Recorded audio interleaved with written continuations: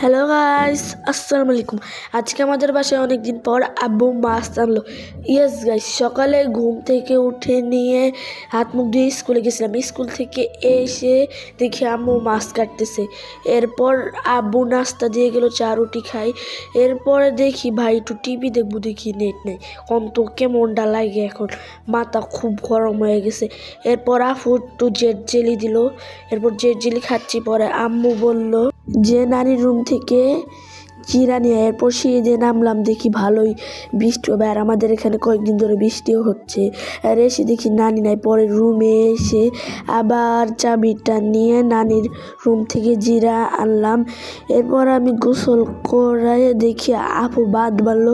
এরপর পাবদা মাছ রাঁধছিল, যে সকালে পাবদা মাছগুলো আনছিল। পরে সেই পাবদা মাছ দিয়ে ভাত খেলাম। কেউ ভাইবেন না যে ফুড ব্লগার। এরপর আমি এখন ঘুমাবো। Bye bye.